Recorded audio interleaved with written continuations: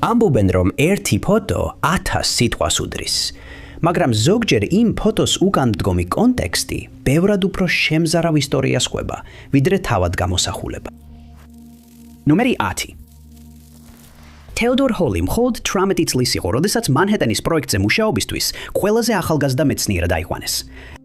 მისი პირადობის ბარათი თეოდორ ჰოლის უნიკალურ უსაფრთხოების ნომერს აჩვენებს, K19-ს. ამ ბარათმა მას მსოფლიოს ერთ-ერთ ყველაზე საიდუმლო ობიექტში შესვლის უფლება მისცა და მან ეს გამოიყენა, რათა ინფორმაცია საბჭოთა კავშირს გადასცა, როგორც ყველაზე ახალგაზრდა ატომური ჯაშუშმა. ჰოლი ნიუ-იორკში გაიზარდა ებრაელი კაცის შვილი, რომელიც ამერიკაში ცარისტული რუსეთისგან თავის დასაღწევად ემიგრირდა. მან ადრეულ ასაკში გამოავლინა მაღალი ინტელექტი, ნაწილობრივ მისი ძმის დახმარებით, რომელიც მასზე 11 წლით უფროსი იყო. ჰოლმა სკოლაში რამდენიმე კლასი გამოტოვა და საშუალო სკოლა მხოლოდ 14 წლის ასაკში დაამთავრა. 16 წლის ასაკში მან ჰარვარდის უნივერსიტეტში ფიზიკის სწავლა დაიწყო და 2 წლის შემდეგ დაამთავრა. ჰარვარდში მისი ერთ-ერთი მასწავლებელი მანჰეტენის პროექტისთვის რეკომენდაციას უწევდა და 1954 წელს ის იქ დასაქმდა. ჰოლის მთავარი ამოცანა იყო გამოეთვალა ურანის კრიტიკული მასა, რომელიც გამოიყენებოდა ერთ-ერთ იარაღში, რომელიც იაპონიაზე უნდა ჩამოეკდოთ. ჰოლი მალე გამოირჩა თავის ახალ სამსახურში და მას ამ პროექტის კრიტიკულ ნაწილზე მომუშავე გუნდის ხელმძღვანელად დანიშნეს. მიუხედავად იმისა, რომ მასზე დიდი ზეწოლა ხორციელდებოდა მაშინ, როცა ჯერ კიდევ თინეიჯერი იყო, ჰოლი როგორც ჩანს გარეგნულად არ ავლენდა არანაირ პრობლემას. მაგრამ მის გონებაში ბევრი რამ ხდებოდა. 1944 წლის ზაფხულისთვის ლოს-ალამოსის მეცნიერებისთვის კარგად იყო ცნობილი, რომ იარაღის მთავარი მიზანი არანაირად არ უკავშირდებოდა არც ერთ ღერძის სახელმწიფოს. ცხადი იყო, რომ გერმანია ბირთვულ იარაღს ვერ ააგებდა. ამის ნაცვლად არმიის ოფიციალური პირები ბევრად უფრო შეშფოთებულნი იყვნენ საბჭოთა კავშირით, რომელიც იმ დროს ჯერ კიდევ აშეთრიშის მოკავშირე იყო. ბევრი მეცნიერი, რომლებიც მანჰეტენის პროექტზე მუშაობდნენ, შეშფოთებული იყო იმით, თუ რა გავლენას მოახდენდა ბირთვული იარაღი ძალთა ბალანსზე მსოფლიო არენაზე. სხვა საქმე იყო იარაღის შექმნა იმ შემთხვევაში, თუ გერმანია მსგავს იარაღს გამოიყენებდა. მაგრამ თუ მხოლოდ აშეთეშს ექნებოდა ბირთვული იარაღი, ამას აზრი აღარ ექნებოდა. ბევრმა ადამიანმა მისწერა პრეზიდენტს, რომ ეთხოვათ იაპონიაზე ბირთვული იარაღი არ ჩამოეკდო, მაგრამ უცნობია მიაღწია თუ არა პეტიციამ ჰარი ტრუმანს. ჰოლი ერთ-ერთი იმ მეცნიერთაგანი იყო, ვინც შიშობდა, რომ მხოლოდ აშეთეშს ექნებოდა ბირთვული იარაღი. თუ მხოლოდ ერთ ქვეყანას ექნებოდა ეს გამანადგურებელი მოწყობილობა, ვერავინ შეძლებდა მათი შეჩერებას, რომ არ გადაქცეულიყვნენ იმავე ავტორიტარულ სახელმწიფოდ, რომელსაც ევროპაში ამარცხებდნენ. ჰოლის აზრით, ბირთვული იარაღის სქემების საბჭოთა კავშირთან გაზიარება იყო ერთადერთი გზა ძალთა ბალანსისა და მშვიდობის უზრუნველსაყოფად, ურთიერთ-გარანტირებული განადგურების მეშვეობით. 1944 წლის ოქტომბერში ჰოლი ნიუ-იორკში დაბრუნდა, ოფიციალურად დაბადების დღის აღსანიშნავად. ვიზიტის დროს მან შეიარა საბჭოთა კავშირის კომპანიის შტაბ-ბინაში, სადაც მას მისცეს NKW's აგენტის სახელი, ვისთანაც შეეძლო ინფორმაცია გადაეცა. ჰოლმა გადასცა ინფორმაცია ლოს-ალამოსში მომუშავე მეცნიერებზე, სამუშაო ძალის ორგანიზებაზე და თავად მოწყობილობის დეტალებზე. ის ერთადერთი ატომური ჯაშუში არ იყო, ვინც მანჰეტენის პროექტის შესახებ ინფორმაცია გადასცა, მაგრამ შესაძლოა მან ყველაზე სასარგებლო ინფორმაცია მიაწოდა საბჭოთა მეცნიერებს, რომლებიც ცდილობდნენ საკუთარი იარაღის შექმნას. მხოლოდ 1950 წელს დაიწყო აშეთეშოს არმიამ ჰოლის ჯაშუშობაში ეჩუმიტანება, მაგრამ ამ დროისთვის ის უკვე დატოვებული ჰქონდა მანჰეტენის პროექტი და ჩიკაგოს უნივერსიტეტში სწავლობდა. მისი სახელი გამოჩნდა საბჭოთა ჯაშუშებს შორის გაშიფრულ მიმოწერაში. ის დააკითხეს, მაგრამ სამხედროებს ერთადერთი მტკიცებულება გაშიფრული შეტყობინებებიდან ჰქონდათ და გადაწყვიტეს არც აეყენებინათ ბრალდება. შემდეგ ბიოფიზიკოსი გახდა და იცოცხლა 1999 წლამდე, როცა 74 წლის ასაკში გარდაიცვალა. ნომერი 9.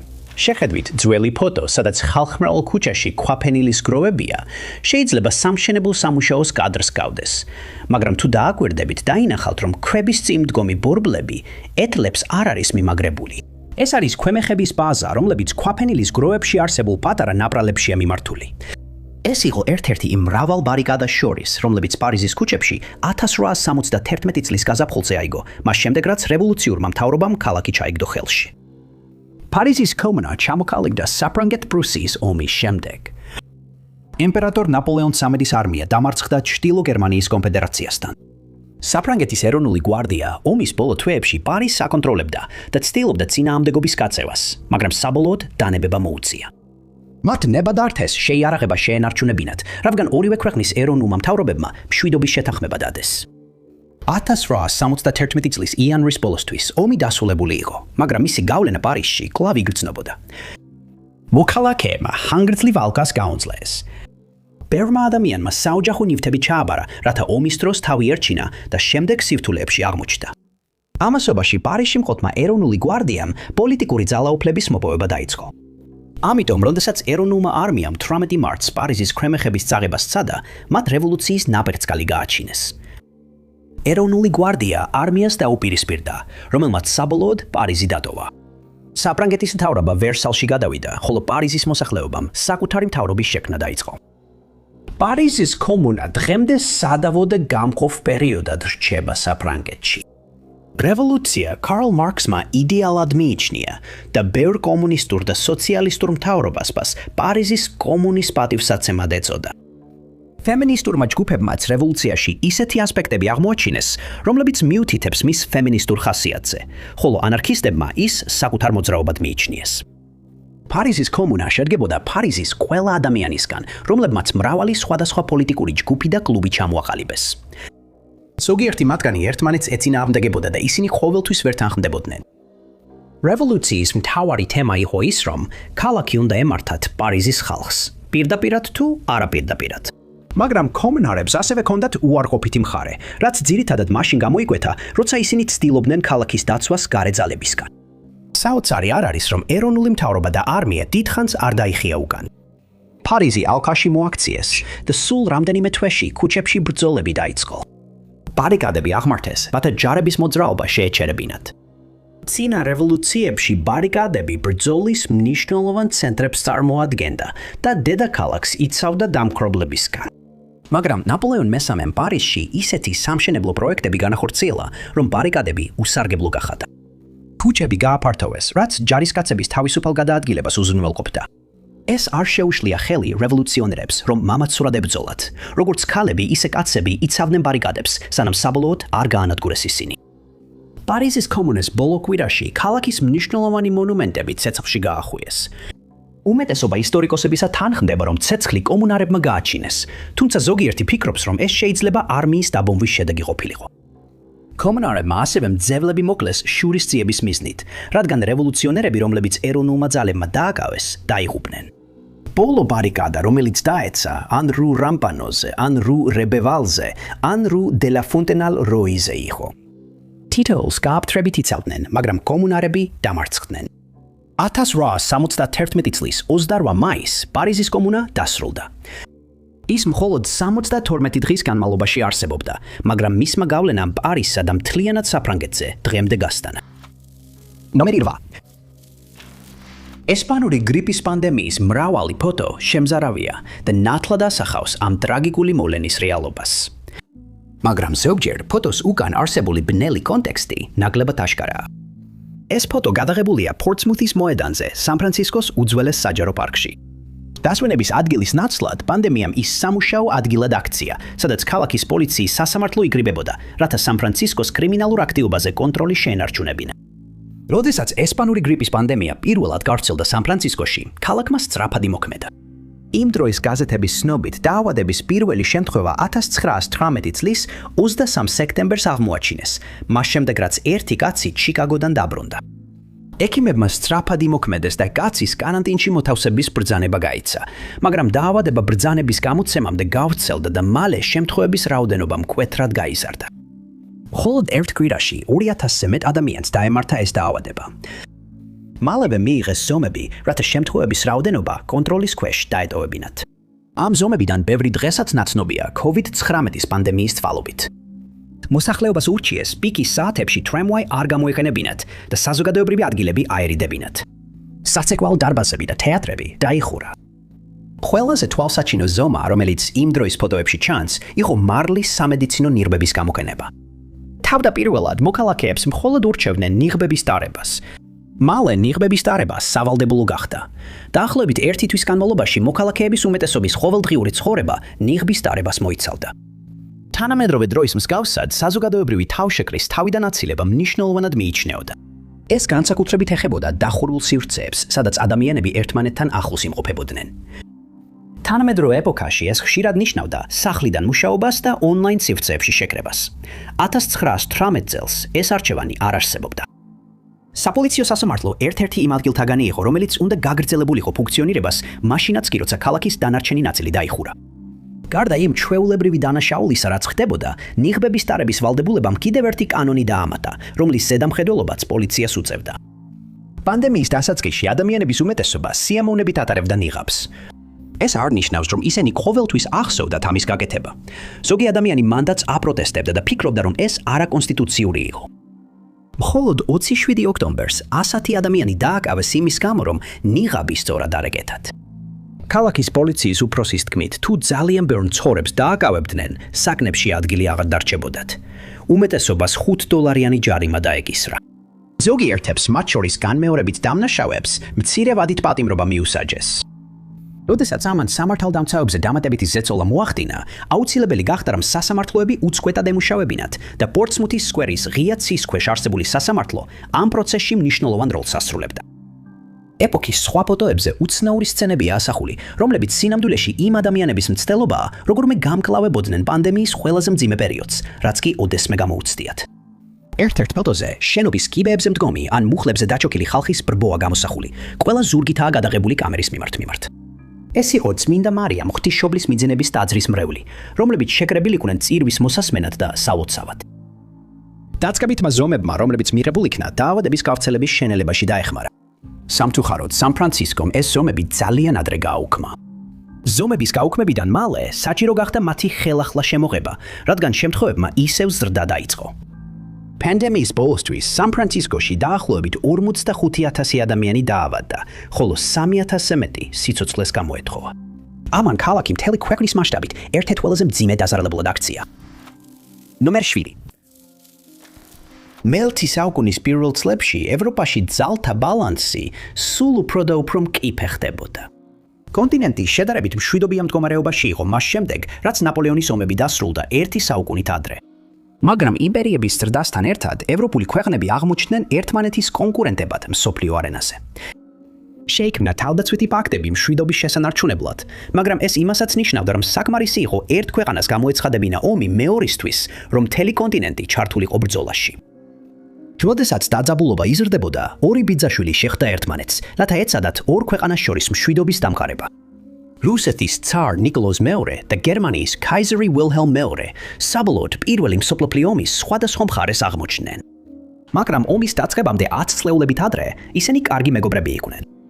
ნიკოლოზი დაქორწინებული იყო ვილჰელმის ბიძაშვილზე და ბიოლოგიურადაც შორეული ნათესავები იყვნენ, მაგრამ ერთმანეთს ბიძაშვილებად მოიხსენიებდნენ და მეტსახელებით ვილი და ნიკი ეძახდნენ. მჭიდრო ურთიერთობის მიუხედავად, მათ შორის თავდაცვითი შეთანხმება არ არსებობდა. 1905 წელს ორივე მონარქი შეხვდა ერთმანეთს, რათა ეს შეეცვალათ. 24 ივლისს ორივე შეხვდა გერმანული გემის ბერლინის გემბანზე ფინეთის სანაპიროსთან. ვილჰელმა ნიკოლოზი გემის დათვალიერებაზეც აიყვანა და მეზღვაურებთან ერთად ფოტოებისთვის პოზირებდა. მაგრამ შეხვედრის ყველაზე მნიშვნელოვანი ნაწილი იყო დოკუმენტზე ხელმოწერა, რომელიც ბიორკოს ხელშეკრულების სახელით გახდებოდა ცნობილი. ხელშეკრულება თავდაცვითი ფაქტი იყო. თუ ვინმე ევროპაში რომელიმე ერს დაესხმებოდა თავს, მეორე მათ დახმარებას აღმოუჩენდა. ეს იყო ვილჰელმი, რომელმაც დაჟინებით მოითხოვა სიტყვების ევროპაში ჩასმა. ეს ნიშნავდა, რომ თუ რომელიმე ერს აფრიკაში ან აზიაში დაესხმებოდნენ თავს, მეორე ვალდებული არ იქნებოდა მის დასაცავად გამოსულიყო. ამ ჩანართმა კაიზერი საკუთარ მთავრობას დაუპირისპირა, რადგან ისინი რუსეთის დახმარებას ითხოვდნენ ბრიტანეთისა და საფრანგეთის წინააღმდეგ, შესაბამისად აზიასა და აფრიკაში. მაგრამ კაიზერი ფიქრობდა, რომ ეს უბრალოდ ჩათრევდა მათ ომში, რომელიც არ სჭირდებოდათ. ვერც ერთმა მონარქმა ვერ მიიღო მხარდაჭერა საკუთარი მთავრობისგან ამ ხელშეკრულებისთვის და ის არასდროს რატიფიცირებულა. თუმცა ეს არ შეუშლია მათ ხელი მომავალში კვლავ შეხვედროდნენ ერთმანეთს. 2 წლის შემდეგ ისინი შეხვდნენ გერმანიის ბალტიისპირეთის ქალაქში და ეს შეხვედრა ძალიან გახმაურებული იყო. პრესის ფოტოგრაფები უამრავ ფოტოს იღებდნენ ორივე მონარქის. ისინი გადაირეს ერთმანეთის სამხედრო ფორმებში, რაც დიპლომატიის ნიშნად გაკეთდა. ცარმა ჩაიცვა პრუსიელი დრაგუნების პოლკოვნიკის უნიფორმა, ხოლო კაიზერმა კაზაკთა პოლკოვნიკის ფორმა ეცვა. ამჯერად არანაირი ოფიციალური ხელშეკრულება არ გაფორმებულა, თუმცა მათ მარადიული მეგობრობის ფიცი დადეს. ვინც იმ დღეს ამ მოვლენებს ადევნებდა თვალს, ვერასდროს იფიქრებდა, რომ სულ რამდენიმე წელიწადში ეს ორი კაცი ომის სხვადასხვა მხარეს აღმოჩნდებოდა. 2 წლის შემდეგ 1909 წელს კიდევ ერთი შეხვედრა შედგა ამ ორ მონარქსა და რუსეთის იმპერატორ ოჯახს შორის. ეს შეხვედრა ბევრად ნაკლებად გააშუქეს, თუმცა უფრო მეტი ფოტო გადაიღეს, სადაც კაიზერი ნიკოლოსთან და მის შვილებთან ერთად ჩანს. პირველი მსოფლიო ომის წინა საღამოს ნიკოლოზი და ვილჰელმი ერთმანეთს ტელეგრამებს უგზავნიდნენ, რათა მათ ორ ქვეყანას შორის ომის დაწყება აეცილებინათ. მათ შორის თავდაცვითი პაქტი არ იყო გაფორმებული, მაგრამ რუსეთმა საფრანგეთთან ხელშეკრულება დადო და დიდი ხანია სერბეთის დამცველი იყო. გერმანიას ავსტრია-უნგრეთთან ჰქონდა დადებული ხელშეკრულებები და თავის მოკავშირის დასაცავად ომისთვის ემზადებოდა. მიუხედავად იმისა, რომ ორივე მონარქი ცდილობდა ბრძოლების შეჩერებას, ჯარები მობილიზებული იყო და მათი ბოლო ტელეგრამიდან რამდენიმე დღეში გერმანიამ რუსეთს ომი გამოუცხადა. მე-6 ნომერი. 1931 წელს აშშ-ის ისტორიის ერთ-ერთი ყველაზე ცნობილი განგსტერი სასამართლოზე წარდგა. ეს არ იყო არც ერთი იმ ძალადობრივი დანაშაულისთვის, რომელთა ჩადენითაც ის იყო ცნობილი და არც ალკოჰოლის კონტრაბანდისტვის მშრალი კანონის ეპოქაში. ეს იყო გადასახადებისგან თავის არიდებისთვის. ალ კაპონეს სასამართლო პროცესის ფოტოები ამ პერიოდის ამერიკული ისტორიის საკულტო კადრებად იქცა, მაგრამ ერთ-ერთი მათგანი თითქმის კომიკურიც კი გამოჩნდებოდა, თუ მის უკანდგომ კონტექსტს არ იცნობთ. 1931 წლისთვის კაპონე უკვე ჩიკაგოს ერთ-ერთ ყველაზე საშიშ ადამიანად ითვლებოდა.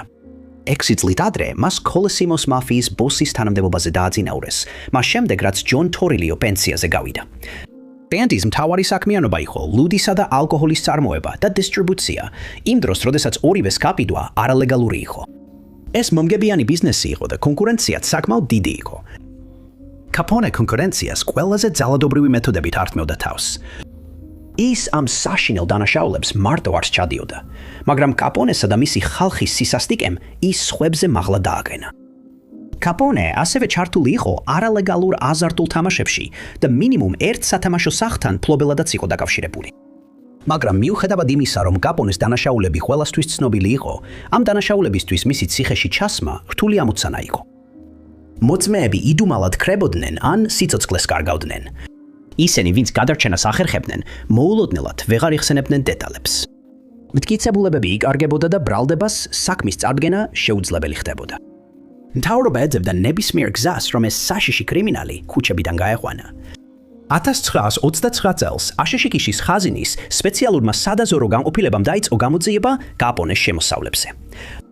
კაპონე მდიდრულად ცხოვრობდა, $100 ხარჯავდა ცხვირსახოცებზე, რაც დღეს $1000 ტოლფასია. შეიძლება ვერ დაამტკიცეს, რომ ფული უკანონოდ ჰქონდა მიღებული, მაგრამ შეძლეს დაემტკიცებინათ, რომ გადასახადები არ ჰქონდა გადახდილი. კაპონეს 1931 წლის სასამართლო პროცესი ძირითადად იმაში მდგომარეობდა, რომ ბრალმდებლები ცდილობდნენ დაემტკიცებინათ, რომ კაპონეს ეს შემოსავალი ჰქონდა, რისთვისაც მისი სათამაშო სახლების ყოფილი მოლარეები და ბანკის თანამშრომლები მის წინააღმდეგ გამოდიოდნენ მოწმედ. დაცვა ძირითადად იმაზე იყო აგებული, რომ კაპონე ცუდი მოთამაშე იყო და მთელი თავისი ფული ცხენის რბოლებზე წააგო. თუ სასამართლო პროცესი ანონიმური იქნებოდა, დიდი ალბათობით დიდ ყურადღებას ვერ მიიპყრობდა.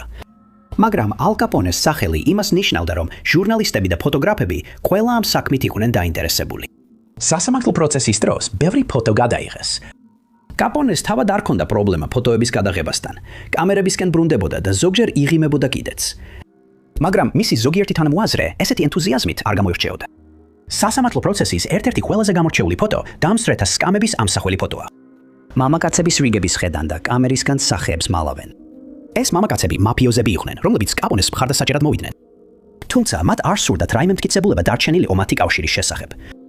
სასამართლო პროცესის ფოტოები აჩვენებს განსხვავებას ცნობილ განგსტერებსა და კაპონეს მსგავსად, რომელიც ფიქრობდა, რომ დაუსჯელი იყო და ბნელ კრიმინალურ სამყაროს შორის, სადაც კრიმინალების უმეტესობა ცდილობდა ყურადღების მიღმა დარჩენას. მსაჯულების ბოლო წუთს შეცვლის შემდეგ კაპონე დამნაშავედ სცნეს მის წინააღმდეგ წარდგენილი 23 ბრალდებიდან მხოლოდ 6-ში. თუმცა ეს საკმარისი აღმოჩნდა მისთვის 11 წლიანი სასჯელის მისჯისთვის, ხოლო ჯანმრთელობის მდგომარეობის გამო ის მხოლოდ 8 წლის შემდეგ გაათავისუფლეს. ნომერი 5. 1945 წლის მაისში ფოტოგრაფმა გადაიღო სურათების სერია, სადაც ჩანს, როგორ ამოწმებენ აშშ-ის ჯარისკაცები ფასდაუდებელ ხელოვნების ნიმუშებს, რომლებიც ერთად იყო შეგროვებული და დაუდევრად შენახული. თავისთავად ეს სურათები შეიძლება ჰგავდეს ხელოვნების გამოფენის მოწყობის დასაწყისს, მაგრამ სინამდვილეში ისინი ასახავენ ერთ-ერთი ყველაზე დიდი ხელოვნების დანაშაულის, მხოლოდ ზედაპირს ისტორიაში. ფოტოებზე გამოსახული მამაკაცები 101-ი საჰაერო სადესანტო დივიზიიდან იყვნენ. D-Day-ის შემდეგ დივიზია ბავარიამდე მიიწია გერმანიასა და ავსტრიას შორის საზღვარზე. აქ მათ აღმოაჩინეს მთის გამოქვაბულში კიუნიქსეს მახლობლად დამალული ხელოვნების კოლექციის ნაშთები, რომელიც გერმანიის მთავრობის ერთ-ერთი უმაღლესი რანგის კაცს ჰქონდა დაგროვებული. ჰერმან გერინგი მეორე ყველაზე გავლენიანი ადამიანი იყო გერმანიაში მეორე მსოფლიო ომის დროს. მისი ხელისუფლებაში მოსვლის შემდეგ ერთ-ერთი პირველი ქმედება იყო საიდუმლო პოლიციის შექმნა, რომელიც სისასტიკეს ჩადენდა მისი პარტიის პოლიტიკური მოწინააღმდეგეების წინააღმდეგ. შემდეგში ის გერმანიის საჰაერო ძალებს უხელმძღვანელებდა. ომის ბოლოს გერინგი ნიურნბერგის პროცესზე ომის დანაშაულებსა და კაცობრიობის წინააღმდეგ ჩადენილ დანაშაულებში ცნეს დამნაშავედ. ხელოვნების ძარცვა მისი დანაშაულებიდან ყველაზე შემაშფოთებელი არ იყო, მაგრამ ეს სიმბოლურად ასახავდა მისი პარტიის მცდელობას, რომ ისტორია დაემორჩილებინათ და თავი კულტურულად აღმატებულებად წარმოეჩინათ.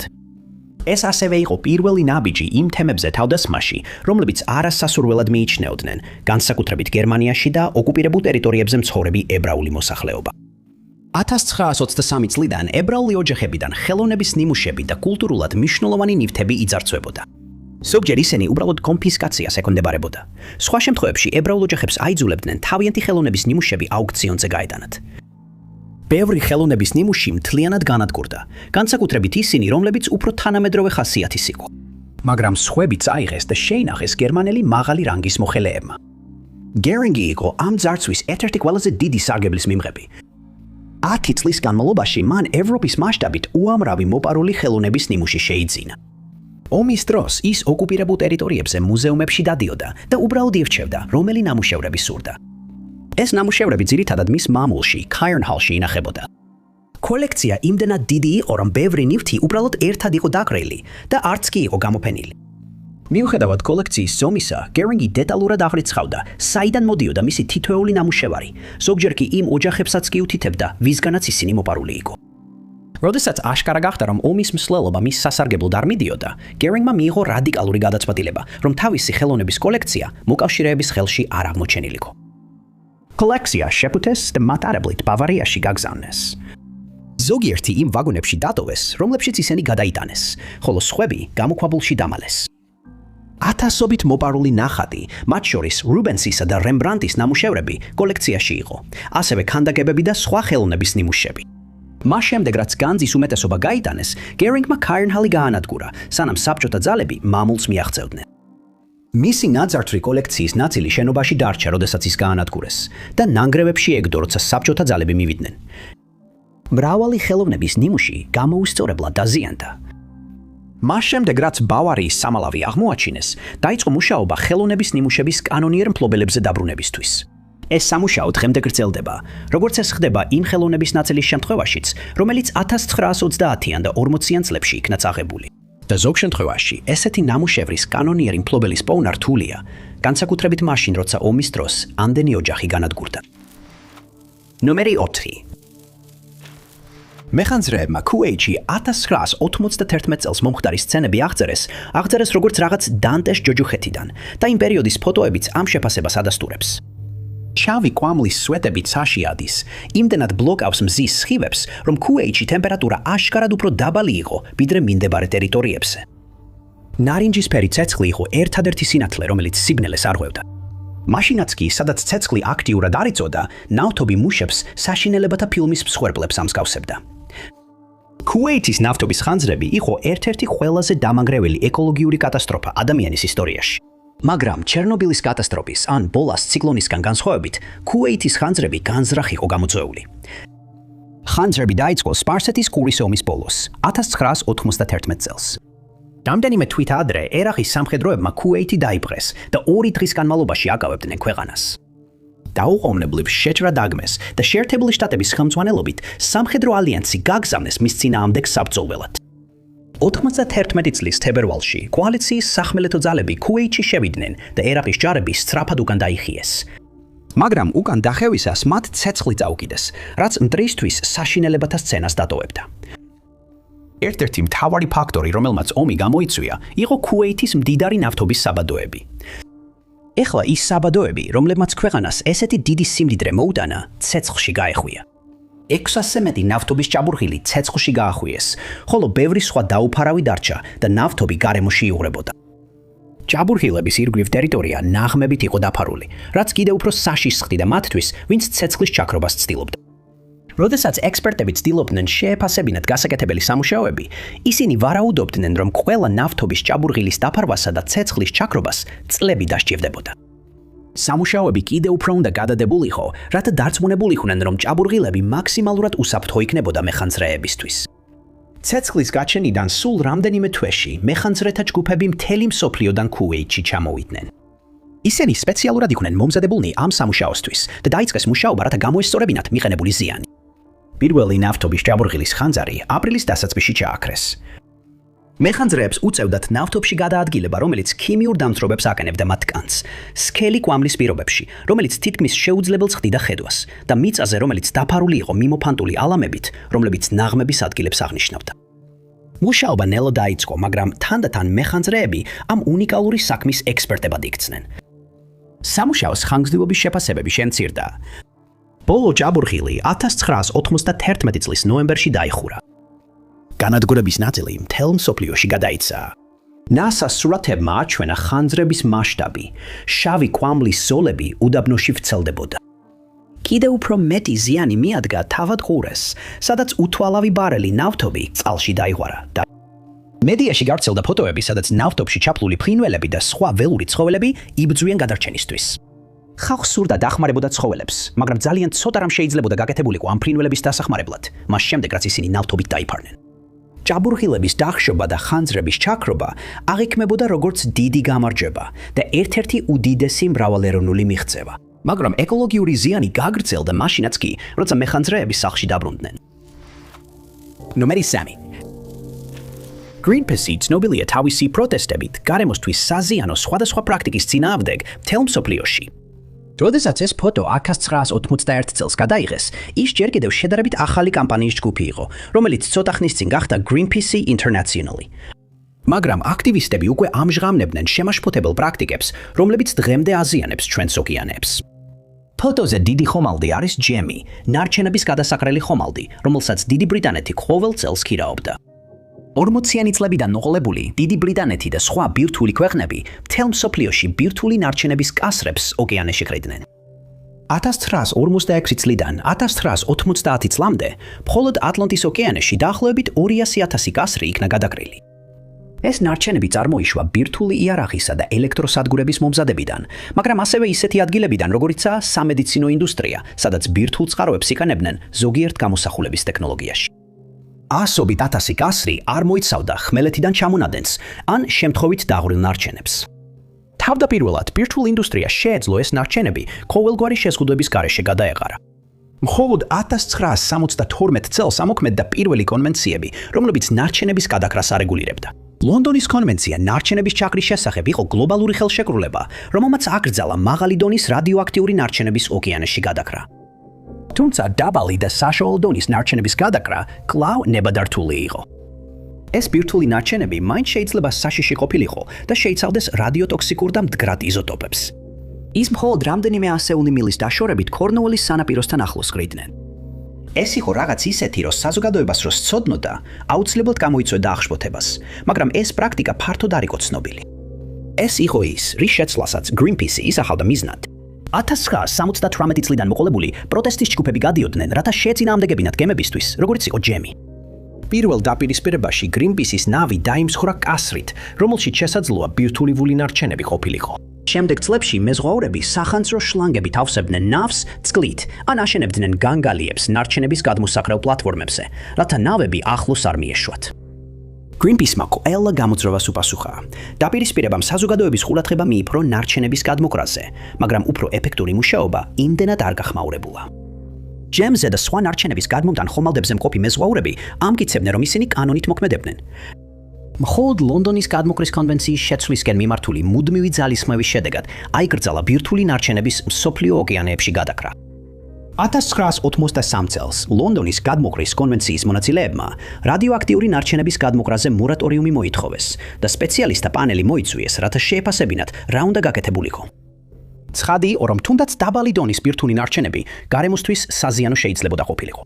მაგრამ მაინც მხოლოდ 1993 წელს აიგრძელა ეს პროცესი საბოლოოდ.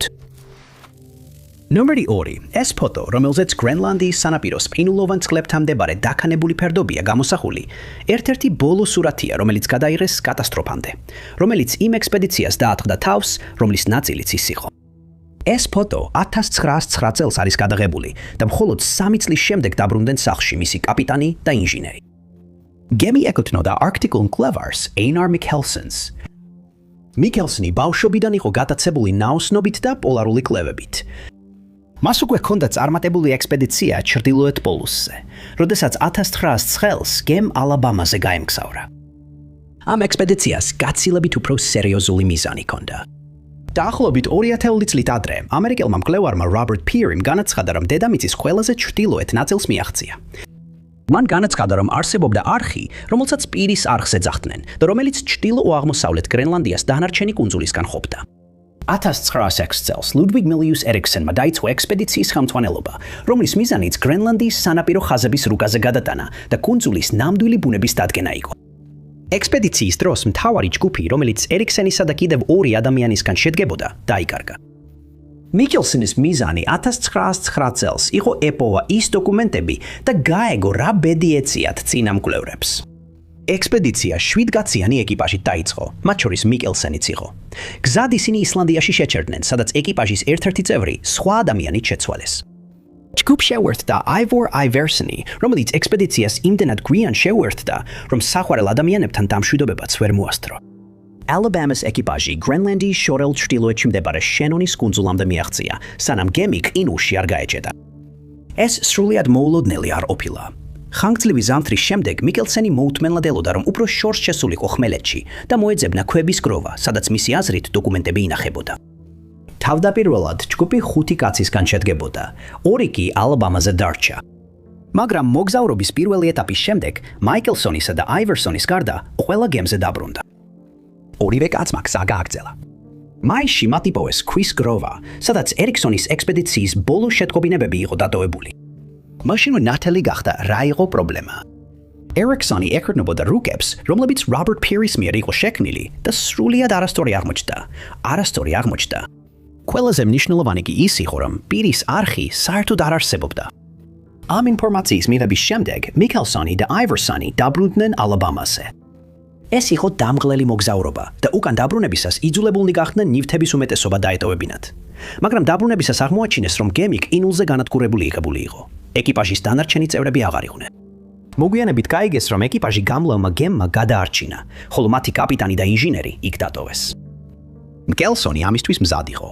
სინამდვილეში მან ეკიპაჟის დანარჩენ წევრებს წერილი დაუტოვა, სადაც წერდა, რომ თუ ისინი ვერ დაბრუნდებოდნენ, არენერვიულად. ის ფიქრობდა, რომ ისინი გამლელ გემზე შეძლებდნენ ასვლას. როდესაც ორივე მამაკაცი ალაბამას ნარჩენებით თავშესაფარს აშენებდა, ისინი ფიქრობდნენ, რომ მათი გადარჩენა დიდხანს აღარ დააგვიანდებოდა. 2 ზამთარი გავიდა, სანამ გამლელი გემი გამოჩნდებოდა. იმ დროისთვის ორივე მამაკაცი ისეთი საშინელი მდგომარეობაში იყო, რომ ერთ-ერთი მაშველი გემზე უკან გაიქცა, რადგან ეგონა, რომ ისინი შეშლილები იყვნენ. ისინი გადარჩენას ახერხებდნენ წინა ექსპედიციების მიერ დატოვებული მარაგებით და კურდღლის ბაჭიების მოვლით, რათა გონება შეენარჩუნებინათ. ორივე მამაკაცი დანიაში გმირება დაბრუნდა და დიდი პატივით მიიღეს. ივერსონისთვის ეს მისი ავანტიურისტული კარიერის დასასრული იყო. მაგრამ მიკელსონი არქტიკის კვლევას განაგრძობდა, გრენლანდიაში რამდენჯერმე დაბრუნდა, სანამ 90 წლის ასაკში გარდაიცვლებოდა. ნომერი 1.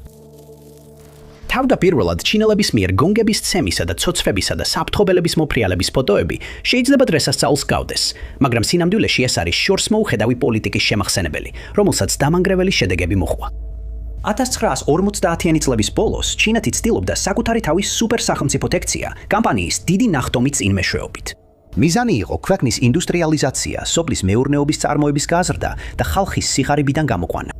მაგრამ 1958 წლის თებერვალში მთავრობამ ასევე დაიწყო საზოგადოებრივი ჯანდაცვის კამპანია სახელწოდებით 4 მალნებლის აღმოფხვრა.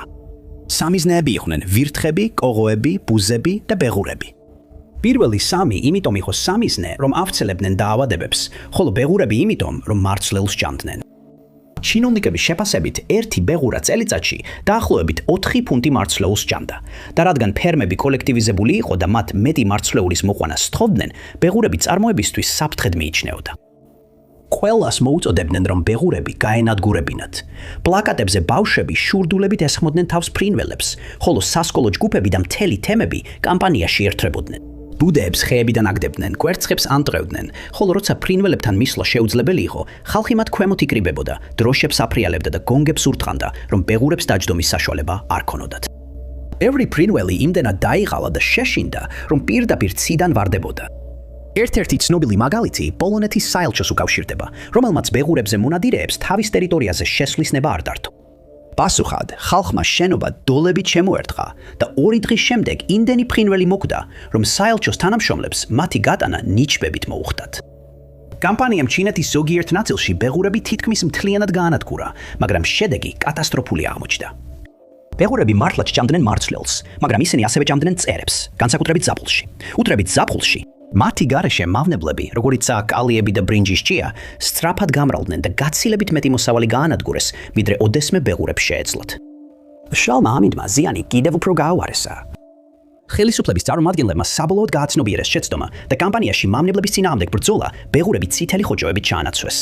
მაგრამ იმ დროისთვის ზიანი უკვე მიღებული იყო. მავნებელი მწერები აგრძელებდნენ მოსავლის განადგურებას, რაც შიმშილს, დაავადებებსა და უამრავ სიკვდილს იწვევდა. ჩინეთმა მოგვიანებით გავრცელებული ინფორმაციით ბეღურები რუსეთიდან და სხვა ქვეყნებიდან შემოიტანა, რათა მათი პოპულაცია აღედგინა. დღეს ბეღურები კვლავ ჩინეთში არიან, თუმცა ეს კამპანია მაინც რჩება გამაფრთხილებელ ისტორიად იმის შესახებ, რა ხდება, როცა ადამიანები ბუნებას არასაკმარისად აფასებენ. დიდი მადლობა გურებისთვის. თუ ეს ვიდეო მოგეწონათ, აუცილებლად დააჭირეთ მოწონების ხილაკ მოწონების ხილაკს. ესევე არ დაგავიწყდეთ გამოიწეროთ არხი და დააჭიროთ შეტყობინების ზარს, რომ არ გამოდოვოთ ჩვენი მომავალი ვიდეოები. მე ვარ Top 5 Unknowns და შევხვდებით შემდეგ ვიდეოში.